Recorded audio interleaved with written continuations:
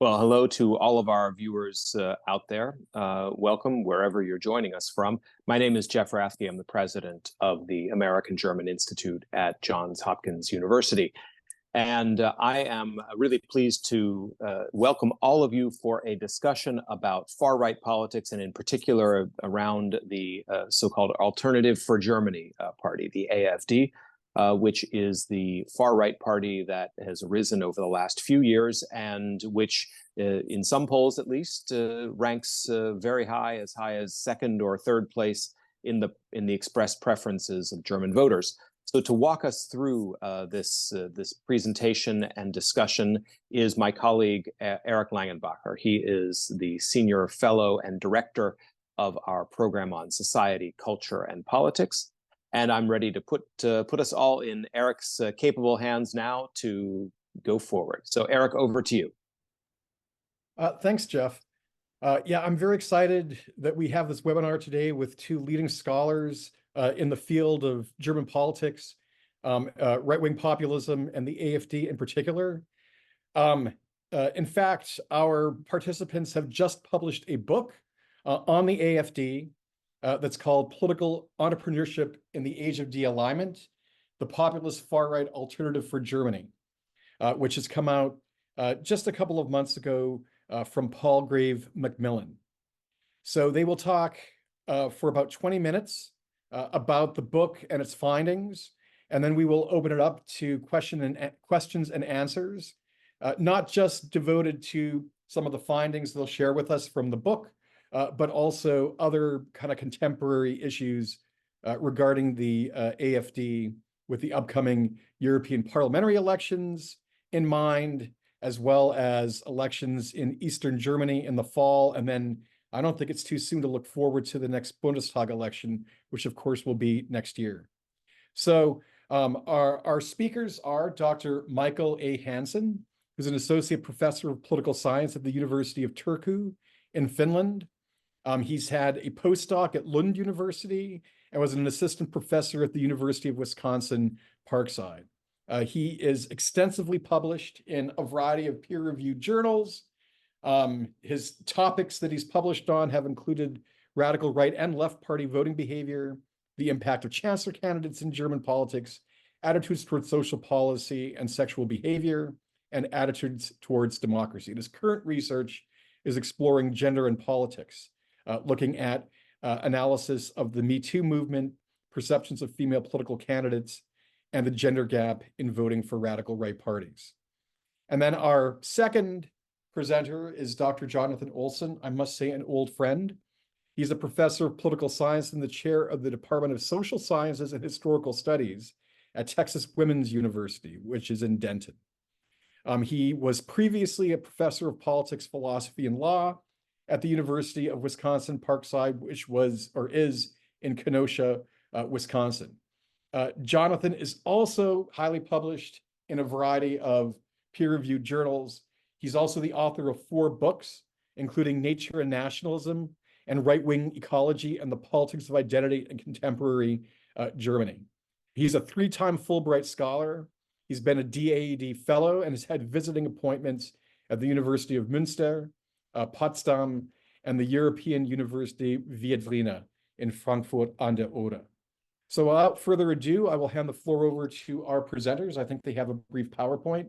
When we reach the Q&A portion of today's webinar, I would ask that our participants type their questions into the Q&A box, which you can find at the bottom of your Zoom screen, or in the chat function. And then I will combine and curate the questions, but I will probably start with a couple of questions of my own. So without further ado, Michael and Jonathan, please.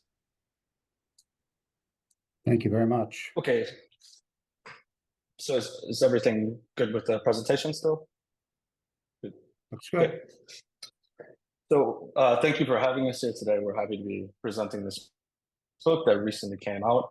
I'll kind of just go through the components of the book and explain them as we go, and the theory we came up with and how we built upon it with the empirical analysis. So the introduction, the goals of the book, really, we had written a few journal articles or studies on the AfD, And we thought that the book format would allow us greater intellectual space to further develop our research on the topic. We kind of saw that, the article format was more restricted to a specific election or an aspect of the party. And anyone that's ever done peer review before, you're kind of aware that it can be difficult to fully flesh out your scholarship in the shorter format while also pleasing all of the reviewers we have to please. So we thought that this would kind of allow us more space. So here, we did have a super helpful peer reviewer that gave us great suggestions, but we had the ability to investigate areas that we might not have in this article format. So the goal of the book for us was just to provide a theory that explains the AfD in contemporary German politics, recognizing that it's relatively unique in terms of a far-right party that was able to enter the Bundestag post-World War II. So in tandem, we really wanted to provide this theory by looking at all the elections, also looking at voters, but incorporating party insiders and campaign strategies into our theory of why the party is successful in this current political landscape. We draw heavily for our theory of political entrepreneurship on De Vries and Hobel, who have a book and several studies on the topic. The theory posits that smaller competitive political parties must find an issue that holds salience among the public, but that either enjoys less salience among competitor political parties, or there's no disagreement between the competitive political parties. So it's really finding that salient issue that you can draw some segment of voters to what we're going to talk about later, which is emerge into the political landscape. Our theory in particular incorporates this aspect, this idea that the stages of a far-right party's development is really crucial to understanding how they implement this strategy of political entrepreneurship. And here I'm going to talk about really three ways that it does this. So the first way is the pool of accessible voters is different based on the stage that the party has entered. So where there may be a small pool of accessible voters when a party emerges based on some niche issue, as the party exists in that political landscape, the pool of voters might increase. In addition, the strategies that are available for success, those also gain as we go. So when a party emerges in Germany, they have no access to federal funding for campaigns. However, after you achieve some level of success, you then have access to a pool of resources to, fund advertisements and all of those things necessary to draw voters. And third, the definitions of success will be different, and I'll talk about this in greater detail later. But at the outset, what we might define a success of a small party might be considerably different than a party that's existed in the arena for 20 or so years. So now I'm going to throw it to Jonathan to talk a little bit about the history of far-right failures. And Jonathan, just let me know when you want me to move forward in the slides. Okay, thanks. And I would also like to thank AGI for having us here today. It's great being back. I participated in some webinars before and certainly have viewed a lot of webinars from AGI, so happy to be here. And Michael and I will tag team a bit, but I'm going to talk a little bit about chapter 2 of the book. So what we wanted to do is we wanted to look at, if you're asking for the, why is the AfD succeeded when other parties have failed, we wanted to look at some of the potential explanations of previous far-right party failure and cast our net wide on several far-right parties wide, not only thematically, but also chronologically. So here's pictured are some of the parties that we looked at: the NPD, the Republikaner, the Deutsche Volksunion, but also things like the Stadt Party and the Schild Party and so forth. The AfD represents what's been called in the literature the fourth wave of far-right politics. Third wave began, of course, immediately in the post-war era with parties such as the Sozialistische Reichspartei, and then we had the NPD. We had in the 1960s a fairly dormant 1970s, and then 1980s with the reemergence of the NPD to a limited extent, but the big and the Deutsche Volksunion as well. The first emergence of that party, but the big story, of course, of the late 80s and into the early 90s was the Republikaner. All of those parties enjoyed some degree of success in Landtagswahlen, but state elections, but ultimately flamed out, never did very well in the federal elections. And all this, of course, changed with the AFD. So looking at the failure of previous movements, we basically grouped them into into two types of factors. First, the endogenous factors, that is, the factors that were internal to the party themselves, internal to the parties themselves, such as internal disunity and infighting. So this is a familiar story with the far right in Germany, is that they often kind of eat their own and end up imploding because of disunity, infighting, different factions that they have to navigate, and so forth. The second factor, of course, we looked at was lack of professionalization and organizational weakness. So a story of a lot of these parties is that they just weren't very professional organizations able to compete broadly throughout the Federal Republic. And this goes into organizational weakness. So, for example, the Republikaner in its heyday was concentrated in southwestern Germany, that's Bavaria and Baden-Württemberg, never did well after unification. The NPD, by contrast, enjoyed a revival after unification and had its strongholds in Eastern Germany, southeastern Germany specifically. But neither the NPD nor the Republikaner, and not the Deutsche Volksunion either, enjoyed any kind of success throughout the entire Federal Republic, and they were organizationally weak. This is a very different story with the AFD. So we looked at some of those factors, kind of discussed those in some detail, and then contrast this with the AFD. The exogenous factors we looked at, three of them that we're showing here, state level responses, and that basically means how the state has responded, whether it's banned the party, and the only party that has been banned was the SAP in the 1950s. NPD has never been banned. There was an attempt at doing so, but that didn't succeed. Neither the Republican or the Deutsche Volksunion either. Second factor we look at is the burden of the past, and by that we look broadly at how these parties navigated this label of being far right or extreme, and we found that in earlier epochs, this really hurt these parties, and so they made some attempt to present themselves as non-extremist because they feared voter backlash. And again, as we discuss in the book, the AFD hasn't seemed to shy away from this very much. Not that they would call themselves extreme, but have embraced positions that would have killed, I think, other parties in the past. And then finally, probably the biggest reason that we trace the AFD success is dealignment. And that means the fact that there are less strong partisan attachments to the existing parties today than there has been at any point in the past. And dealignment's been a long process in liberal democracies, so not only in Germany but elsewhere. But in Germany, it really accelerated, I'd say, around 2010 or so. And of course, the AFD has profited from that, which Michael will discuss in a second, because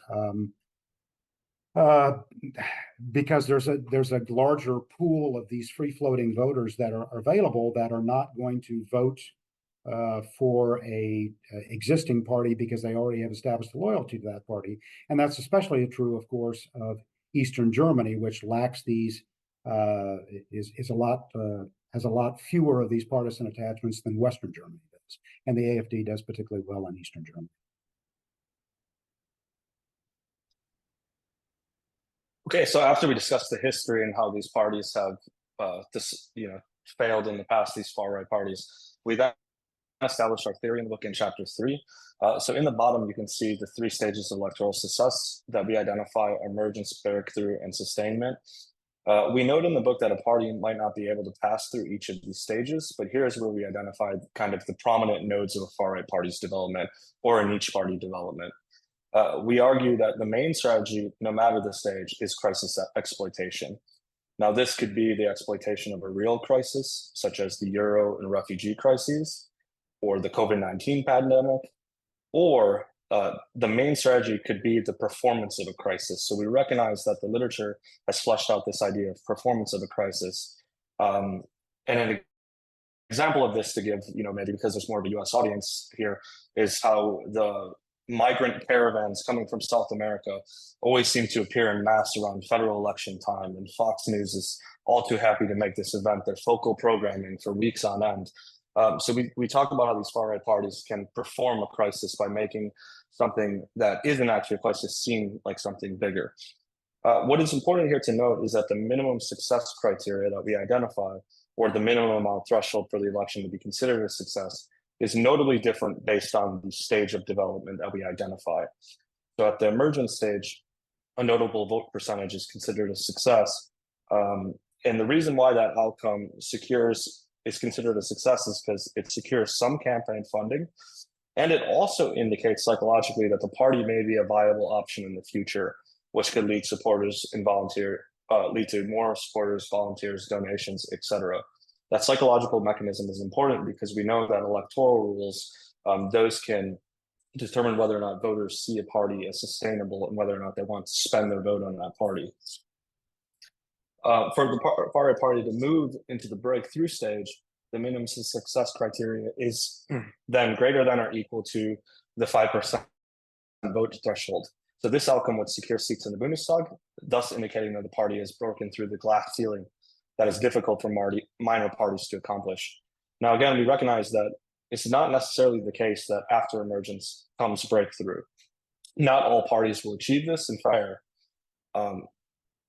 And then finally, for the sustainment stage, the minimum success criteria is to retain a notable percentage of the seats. Now, this choice might be a bit controversial or debated, but there's two reasons for this choice. The first is that it is unreasonable to expect a party to always gain seats. If we took that to its logical conclusion, there would be a point where success is winning 100% of seats, and that's not realistic. The second reason is a party will always ebb and flow, and that aligns with our expectations in democratic theory. So therefore, a success can be understood in terms of the size of the loss or the gain. So it might be the case that a party is expected to lose 10% of the vote, but they only lose 1% of the vote. It would be difficult to consider that a massive failure or a failure. It might be considered a success. So that's kind of why we use this minimum success criteria when we're talking about a successful strategy of issue entrepreneurship. Here I give an example from chapter 3. This is in the theory section, but this is basically what we're looking at in chapter 3 is the emergent stage. So in the emergent stage, the strategy is still crisis exploitation. The targeted constituencies are either those new voters that have not participated in the past, that the far-right party is able to exploit this issue to draw them into the electoral market, or it's de-aligned voters, those that no longer identify with any of the main competitor parties. The minimum success criteria here then is to win a notable percentage of the seats. Some intermediate success criteria would be to win any seats. And then obviously the maximum success you could have in any given political system would be to win all seats. So in chapter 4, what we do in chapters 4, 5, and 6 is we implement vote choice analyses for the 2013, 2017, and 2021 elections. So for these vote choice analyses, we use statistical methods. If it matters, we use multinomial logit as the tool that we're going to use to compare the AFD, voting for the AFD, to voting for each of the competitor parties in isolation. We find that in this election, the Eurozone crisis is really the thing that kind of moved attitudes towards vote choice for the AFD. So views on the bailout are what impacted AFD vote choice. If you saw the bailout as a mistake, the probability of voting for the party was higher. We should note that in this election, ideological positions, such as a far-right positioning on the left-right self-identified scale, and other general far-right attitudes, such as towards immigration or towards far-right economic policies, those were not predictors. So in this election, there was also no consistent socio-demographic profiles in terms of who these voters were. So in this election, the party emerged with a strong showing, but it's not yet a far-right party. This party is still mostly a conservative, anti-EU party, and that's going to become important later when we look at party insiders. In chapter 5, we do a similar analysis. We estimate vote choice. Here we find that the refugee crisis, anti-immigrant sentiment, was a very strong predictor of AfD vote choice. In the behavioral literature, this would be seen as a big swing in probability of voting for a party based on one attitude. So here we see probability of voting for the AfD if you hold pro-immigrant sentiment versus anti-immigrant sentiment is a swing on average of 28%. We find here, though, that far-right ideology is now a predictor of voting for the AfD, and dissatisfaction with democracy is also a strong predictor of voting for the AfD. So here we see, if the party is not moving further to the right, the voters at least appear to be. Again, there's no consistent socio-demographic profile when compared to the other parties. So here we have breakthrough, we have representation in the Bundestag, and we have, at least when looking at the voters, it looks as though the voters are viewing the party as transforming into a far-right party. So in chapter 6, we look at the 2021 election, an election where every political poster contained this phrase, Deutschland but normal, trying to conjure attitudes towards the lockdown and COVID-19. Here we find that the COVID-19 crisis, that predicted attitudes towards voting for the AfD. In particular, if you believe that the government did not handle COVID-19 well, you were more likely to vote for the party. Consistent with chapter 5, we found that far-right ideology, dissatisfaction with democracy, and anti-immigrant sentiment are still predictors of voting for the AfD. There's still no consistent socio-demographic profile of these voters. So in this chapter, we look at how the AfD is able to sustain support by picking an issue that nobody saw coming, this issue of COVID-19, and really exploiting it. Since the AfD was the only party that was not represented in any of the state parliaments, they were really the only party that could legitimately say that every other party messed up in their handling of COVID-19. So they were able to place themselves in that positioning. So they maintained this strong representation in the Bundestag, and the party began to look like a more professional party that was here to stay. In chapter 7, here I want to show we delve into this West versus East divide. We had looked at this in previous articles, previous article that we had written, and we basically showed there is this trend of this West-East divide. And here is where we kind of see more demographic profiles playing a role. So we find that older voters in the East are more likely to vote for the party, and that same trend does not exist in the same manner in the West.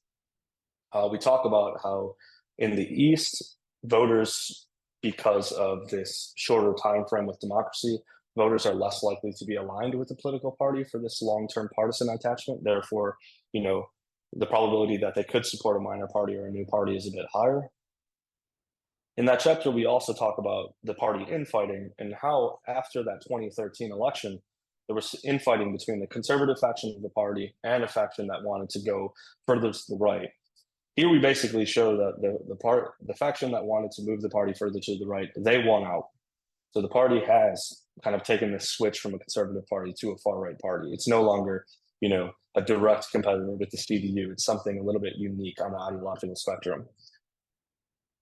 So to show this, we also show in this chapter, we look at the party manifestos using the Party Manifesto Project, and we basically show that the AfD has lurched to the right in terms of their left-right party placement. So they have placed themselves in a unique position on the ideological spectrum where no one else is positioned, and that is undoubtedly far-right. Jonathan, was there anything else you wanted to say about this chapter? There was something that, sorry. I think a good point to bring out here, since we're talking about left-right ideological placement, is one of the central things that we are trying to investigate in the book is why a party, or how it is that a party that is actually radicalized rather than moderated is getting an increasing share of the votes. I mean, the pattern has been that parties try to seek to tack back towards the center in order to increase their share of vote. But the AFD has been just the opposite. So then in chapter 6, so in chapter 7, we really, in painstaking detail, kind of point out that the party is a far-right party, and the party really wants to be seen as a far-right party, but that might only be to their core supporters. So they might want to be seen as a more professionalized party to the overall electorate, especially those voters that are paying less attention to politics, which we know in most democracies is the bulk of the electorate, unfortunately. So in this chapter, we look at kind of sustaining success beyond this core, and we focus on campaign posters and professionalization. In particular, we implement this method of political iconography, comparing 2017 and 2021 campaigns. And here we wanted to do this because, you know, looking at party manifestos is a cool, fun thing to do. That's great and all, but in reality, you know, when voters have been asked, did you read all the party manifestos? We know that's not true. They indicate that they don't read they don't sit at the dinner table and read all the party manifestos. So we wanted to look at something that the average person with even little attention to politics might interact with, and this is the posters. The findings that we had is the number of official posters was greater in 2021. So that's at least some initial evidence that, you know, the party's trying to branch out a little bit in messaging. In tandem with that, the range of issues was also larger. So that does indicate that the party's trying to place themselves, take a position on a number of different issues to kind of win the broadest support of voters that they can. There was also clear and substantive policy here. So whereas some posters might have been vague in 2017, here we kind of get a better sense of what the AFD would implement if they could actually implement policy if they were in government. There is also a greater array of ordinary people. In 2017, you know, they showed a lot of the traditional German dress, Germans in traditional dress, or they showed, you know, dark figures of immigrants. Whereas in 2021, they showed older people, younger people, women, men, children, people in various different types of jobs. They were trying to appeal to as many Germans as they could. And then overall, the 2021 campaigns were just dramatically less controversial. In 2017, because they were trying to hit that breakthrough, the campaigns were very in your face, and they were very much trying to scare voters on certain policy issues to vote for them. So conclusion, in our conclusion chapter, we talk about a few threats to the AFD that could mean, you know, their existence is either minor or goes away completely. The first that we talk about is they could be seen as too extreme, and this could either lead to voter alienation, which it doesn't appear as though that's the case, or it could lead to banishment. And we saw that recently with the court case where the AFD is under investigation for extremist activity. The second is there could be platform co-optation. So we talk about how the BSW, although aligned on the left of the spectrum, does have these same populist elements that appeal to similar voters, and that could be a threat that eats into the AFD's vote share at the end of the day. The third threat was an election absent a crisis. So the AFD has, in 3 elections, dealt with 3 very serious crises to hit Europe in modern times. The AFD has not demonstrated that they can do this performance of a crisis yet when one does not exist. So especially as the party moves further to the right, and maybe the more professional elements of the elite leave the party, it could be the case that they just don't have the skills to perform a crisis. In terms of potential future crises, we of course talked about, you know, the current war in Europe and Germany's Ukraine support, and how the AFD has had links to, you know, Russian officials, and how support for Ukraine might ebb and flow. We talked about climate change skepticism, which Jonathan can talk about in more detail if there's questions. But basically, the AFD could take this position of wanting to preserve, you know, German land, but take skepticism to the policies that the Green Party wants to implement, and whether or not they can perform some type of economic populism. So it's no doubt, you know, there's inflation issues, there's other issues in the economy, and whether the AFD will take populist positions to win support from some of those other dissatisfied voters, that's yet to be seen, but that could be another potential issue that they perform this crisis. So I'll leave it there. I'll talk about I'll just say, broadly in the book, there's other aspects to these theories for each chapter that we flesh out in more detail here, but that we want to keep it relatively within 20 minutes or so. Mhm. All right, that was a terrific overview of, what should be a must-read book for anybody interested in German politics, or the far right in Europe more generally. So again, let me mention to our participants that if you have any questions, please type them into the Q&A function or the chat function, and then I will start to collect and read those off to our panelists. But maybe I'll start with some observations or some kind of questions. So one of the things that I really am excited about this book is that it's a wonderful kind of combination of, real and rigorous empirical work with quite a bit of theorizing as well. And I really like this this tripartite structure that you've applied to the AfD: emergence, breakthrough, and sustainment, and how that nicely corresponds to the 2013, 2017, and 2021 Bundestag election. But I'm just wondering to kind of maybe push you on this or to extend this a little bit. So once you achieve the holy grail of sustainment, is that it? Or are there other stages beyond that? Could there be regression towards a lesser stage? I mean, obviously you can't go from sustainment to breakthrough, but if they were to weaken for whatever reason, what would we call that? Or is sustainment just this, nirvana that, you're there, you've made it, you'll, always be around or whatever? I mean, I think that's a quite good question. I have thought about this in some detail because, really thinking about this idea of what is this minimum success criteria, that's something that, we had maybe gotten pushback in one of the articles where somebody said, well, they lost votes, therefore it wasn't a success, I think that there probably are stages that come after sustainment. There's probably nuance there that discusses, when you enter government and when you don't enter government and what that looks like and how does that last and that type of stuff. I think that would require a quite, intense refining of the theory just to talk about what success means then once you're in government. But at present, we wanted to keep it to the 3 elections, kind of avoid, maybe too strong of predictions in the future, and maybe for the sake of we don't want the AfD to enter government, at least I don't. So maybe we kind of just left that as it is.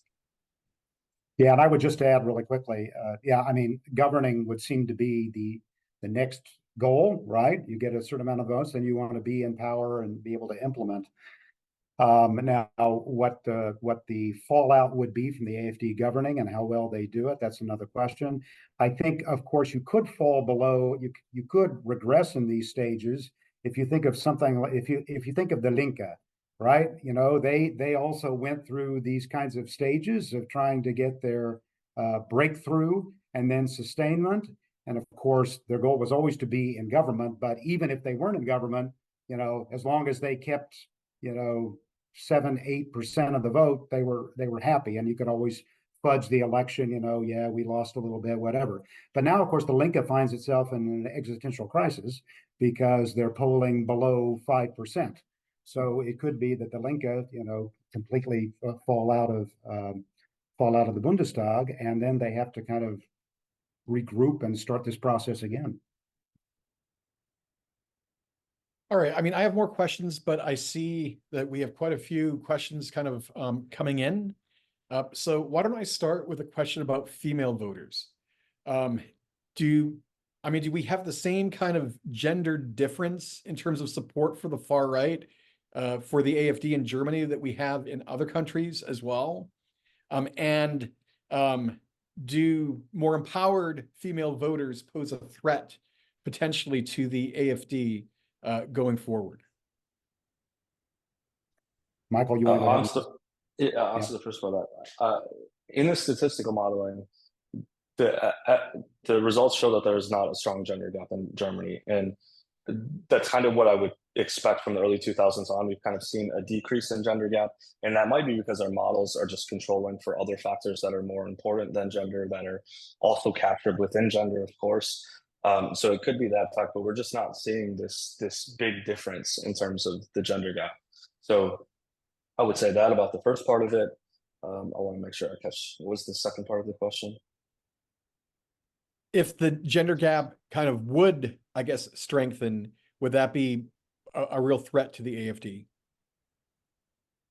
Yeah, I don't know if I can answer that question, honestly. I don't think, yeah, I don't think I can answer it given the data we have. Yeah, it would have to be, I mean, I would just think it'd have to be an overwhelming kind of turn, which I don't expect. That it would make significant difference. All right. We also have a question about Russia. We know that the AFD is quite, or seems quite sympathetic towards the Russians. There have been some scandals of, shady payments coming from Russian sources to some AFD members. The Russians also seem to be increasing their use of, what's the euphemism, active measures or whatnot throughout Europe, but in this case, particularly in Germany. So do you think that this increasing evidence of Russian support in various ways for the AFD will be a threat, maybe even disastrous to them?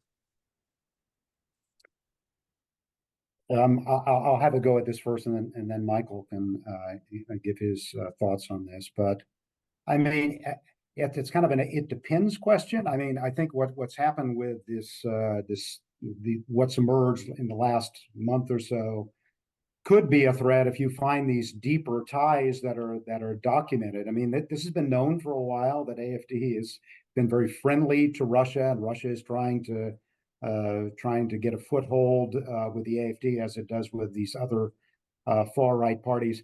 I'm not sure that it's made a significant effect yet. It dented in support.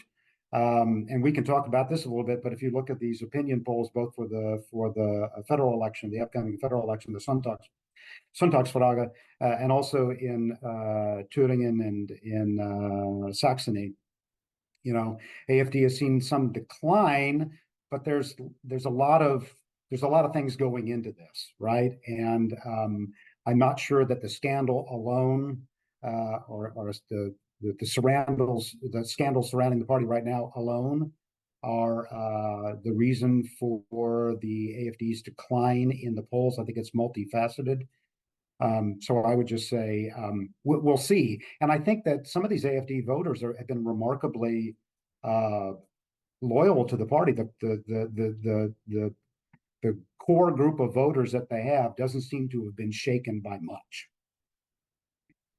Michael, do you want to add something to that?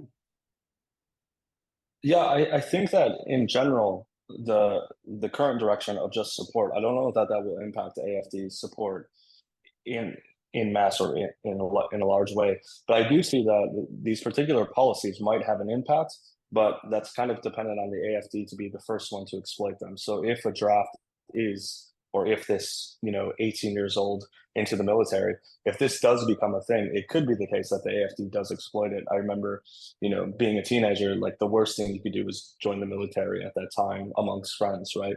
So the AfD could be the party to exploit it, but it could be the case that the Green Party exploits that issue first, or some other party does at the expense of the Social Democratic Party.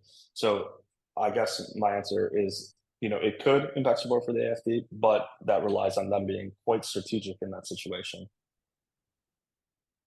All right. I mean, here we have a question that just came in about the BSW. What is it? The Bundesrat Wagenknecht around the, I guess, former left party leader and, well, I guess personality would be a way to kind of put it as well. But what do you think that the BSW's impact is going to be on support for the AfD's vote share, especially in these Eastern German state elections that are coming up this fall in places like Thuringia and Saxony? I mean, just to kind of riff off that for a second, I mean, according to the poll that you showed and other polls that I've seen, the BSW is polling about 7%, which, I don't know, has been surprising to, I guess, some observers, given just how new and under institutionalized that political grouping actually is. The AfD was also, I think, in your poll at 18%. And so that's down from a couple of months ago when they were as high as 22, 23%. But, what's interesting is the left party was as low as 2% in some polls, and now they're up to 4%. So yes, they're below the 5% threshold, but not a heck of a lot. So, I mean, just doing the math, it's pretty clear that like the 4 or 5% decline in the AFD support overall is not just going to the Bundessache Wagenknecht. I mean, so where is BSW getting, this 7% support? Why has the left party at least kind of stabilized around 4%? I mean, I guess I'm wondering why the AFD hasn't taken a bigger hit. Well, I mean, we won't know completely the analysis until there's actually votes, but I know there's been a lot of work done. Sarah Wagner, who you had on from one of these HEI webinars, and her colleagues done some work on this, and there's been several things published on the BSW. From what I can gather from that research, the BSW is drawing fairly broadly. It draws not only from the AFD, it draws primarily from the AFD, but not exclusively. So it's drawing from the Linke as well, but it's also drawing some potential voters from the CDU and SPD and so forth. I know that it's doing, from the analyses that I've read, it's more of a threat in Eastern Germany than it is in Western Germany, which makes sense. Again, is kind of these free-floating voters, some who may have voted Linke before, then they're voting the AFD, or maybe they've tried all kinds of different parties and now they want to try the BSW. And Wagenknecht is particularly popular in Eastern Germany. I mean, I'd have to say the timing for the BSW has been pretty good, because the first election that they compete in is a second order election, in the EP elections, where people are willing to give their vote to lots of different parties that they might not otherwise. So she and her party have the possibility to work up some momentum from the EP elections, go into those state elections before they have to compete in a national federal election. So I think the AFD is definitely being hurt. If you're just looking at opinion polls right now, and we'll just see how it shakes out when there are actual votes.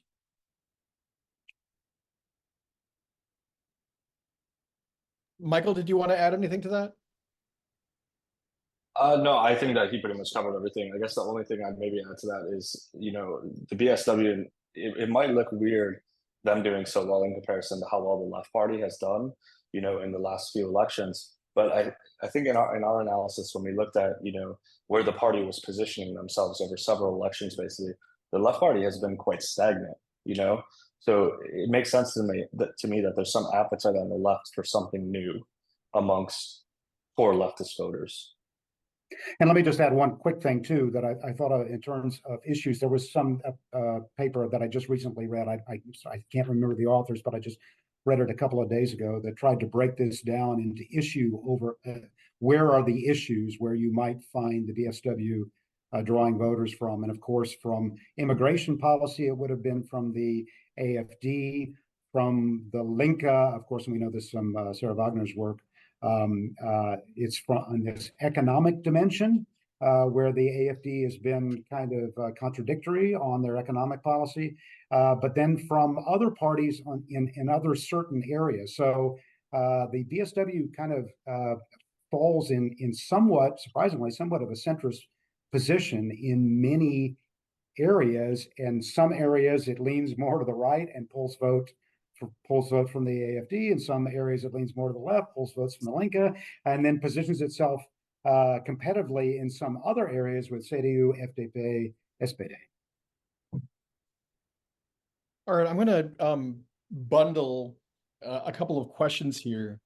There's one asking you to evaluate the role of traditional democratic parties in the rise of the AFD, and also whether there's a European factor that's catalyzing the development. And then there's another one, very fascinating, looking back at, which of course we always do in the context of German politics, the kind of takeover by the Nazis in the early 1930s, which also was in a climate of crisis. But some research from Thomas Weber, for instance, and others points out that the key was when the political and the economic elite gave up on democracy and basically said, we will, not block, or we will even support the Nazi movement. I think that the mainstream parties have obviously taken that lesson to heart, and there's the firewall against the AFD, which has excluded it from governing coalitions up till now. But do you think that firewall is going to hold, or will they be invited into government at one point? I mean, looking forward to some of these Eastern German elections in the fall, I mean, it's very probable that every other party will have to go into a coalition together to exclude the AFD. I also have this pet theory that if the wall is going to buckle, it'll be from the CDU. And I can't help but think that there's going to come a point, maybe not in 2025, but maybe in 2029 or beyond, when the CDU gets frustrated because they're excluded from governing in a center-right manner, and they will contemplate doing something with the AFD, if only to have that kind of center-right, true center-right alternative. So just some thoughts on the role of traditional parties and if the firewall is going to hold. I think that I'll take the last point, I guess. There was a lot there. I think that the CDU point is an interesting one. I think that only happens, though, if they think that they can get their agenda done. I don't know that these far-right parties in many countries have demonstrated a willingness to be comprehensive in terms of policy. I have recently, talked to a few politicians here in Finland that are coalition party politicians, and you just see their complete frustration with the Finns party because there's such a lack of desire to engage in meaningful policy dialogue that they want to have. For these far right parties, when you make your when you make your gains on solutions to complex policies, there's really not a lot of appetite to go into the nitty gritty and maybe obscure your voters a little bit in terms of what you're actually doing. So I think the CDU would really have to see that as a beneficial thing, and I'm not sure that the AFD has demonstrated a willingness to engage in those policies meaningfully. Should I keep going, Jonathan? Is that okay? Sure, go ahead. It's hard to say what role the traditional parties have played here, because I think, yeah, it's to be expected that when these parties are in power over time, especially a country like Germany that has these ground coalitions, and we kind of looked in this book at whether or not these far right movements are reactions to ground coalitions, and we found that it doesn't appear that there's a trend there, but it does make sense that there would be de-alignment over time, because these parties can't solve everything. They're around for a long time. People might eventually get frustrated with them. I think that party supporters are kind of the biggest critics of parties. I think, for example, in the US, I think nobody beats up Democrats like Democrats do. So it makes sense that, they want more, they beat up on each other. There's some type of de-alignment there. I don't know how much we can blame on traditional parties. I don't know how much we can blame on the EU as an institution, because this all goes together. I mean, this is all wrapped up in one thing. There's crises. The EU is not able to handle it. The traditional parties aren't handling it to the satisfaction of voters. And then we get this situation where we have, the AFD achieving success. So I think that although I would like it to be more simplistic, I think it's too complicated a story to point to any one thing and be like, the CDU, Angela Merkel didn't handle the refugee crisis well, or something like that on its own. It's this conglomeration of factors.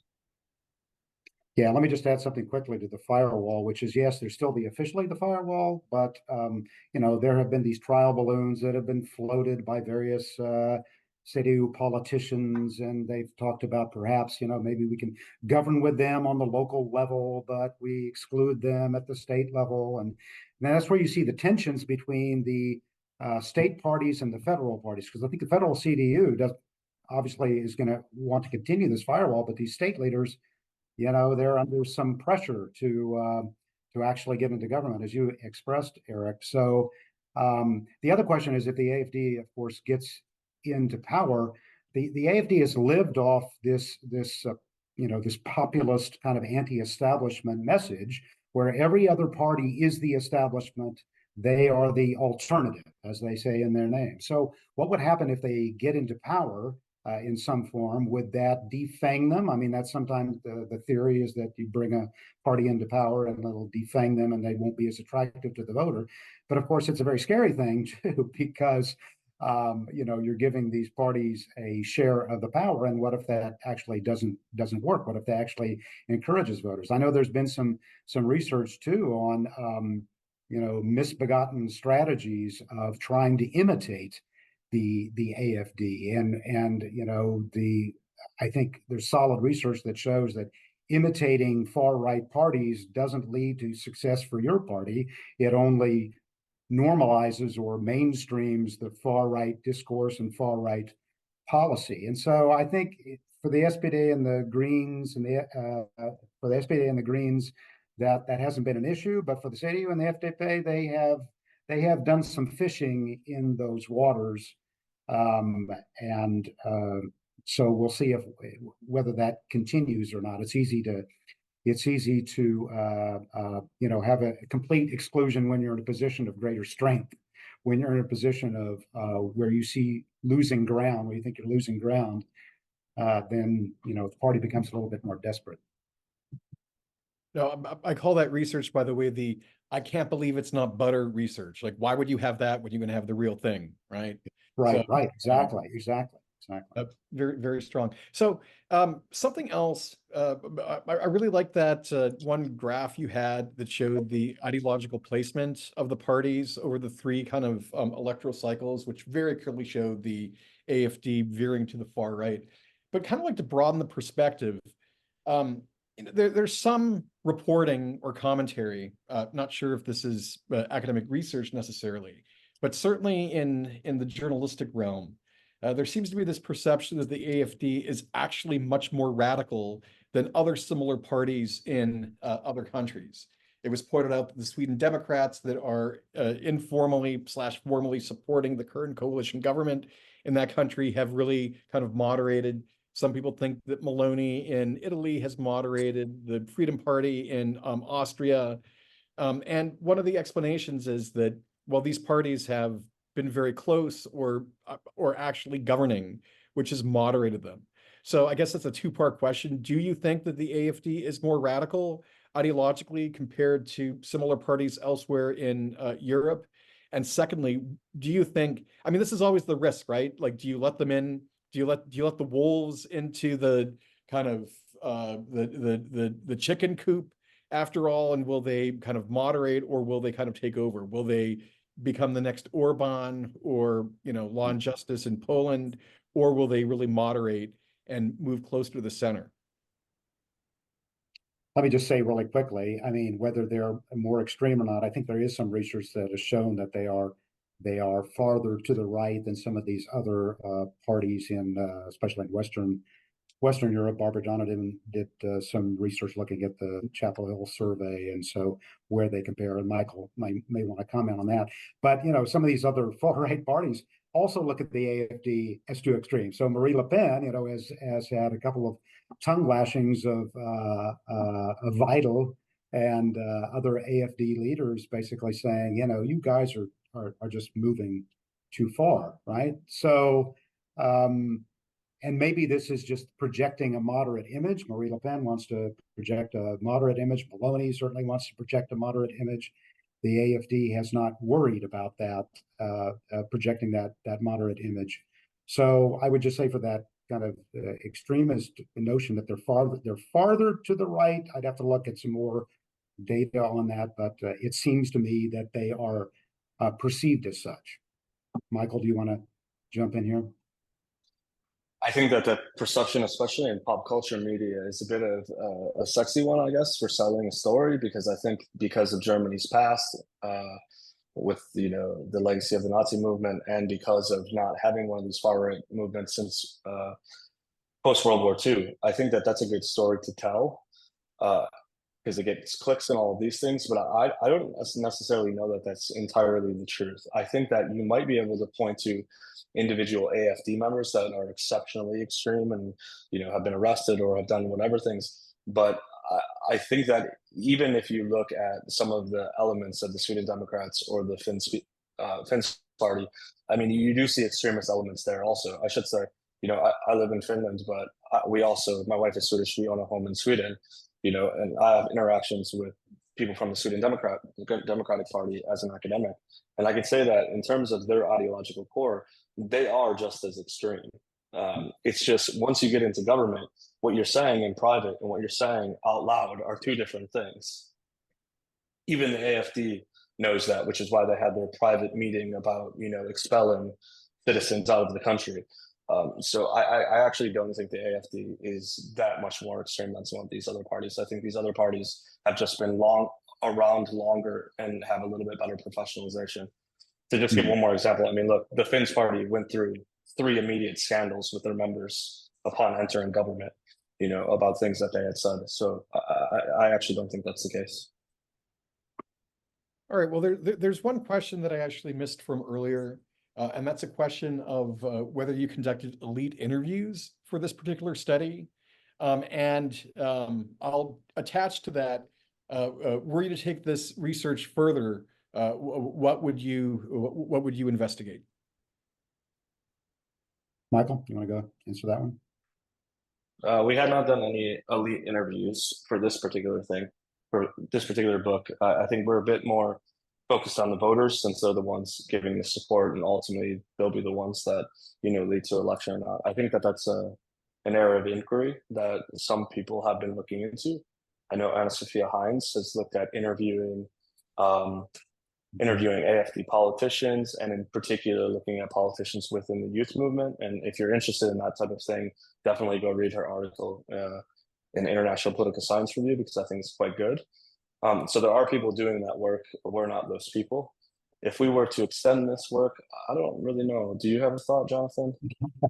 Are we kind of done? Done? Yeah. I kind of at this point, but I think it's going to be really interesting with BSW. It's more of a BSW kind of project you could look at, but the ties between the BSW or the competition between BSW and AFD, I think would be really interesting kind of study to do, especially after leading up to the federal election and then what happens after the federal election. So if I were to take anything from our book and kind of go forward with it, it would be something a little bit broader like that. So we're coming very close to our time, but I can't resist one final question.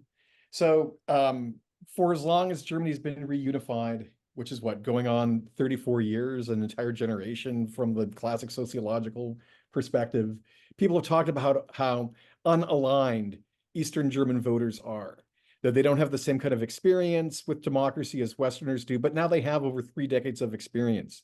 So I'm wondering, do you think that Eastern Germany might finally be starting to develop more solid and lasting voter preferences? And is the AFD the party for, about a third of Easterners in, various states?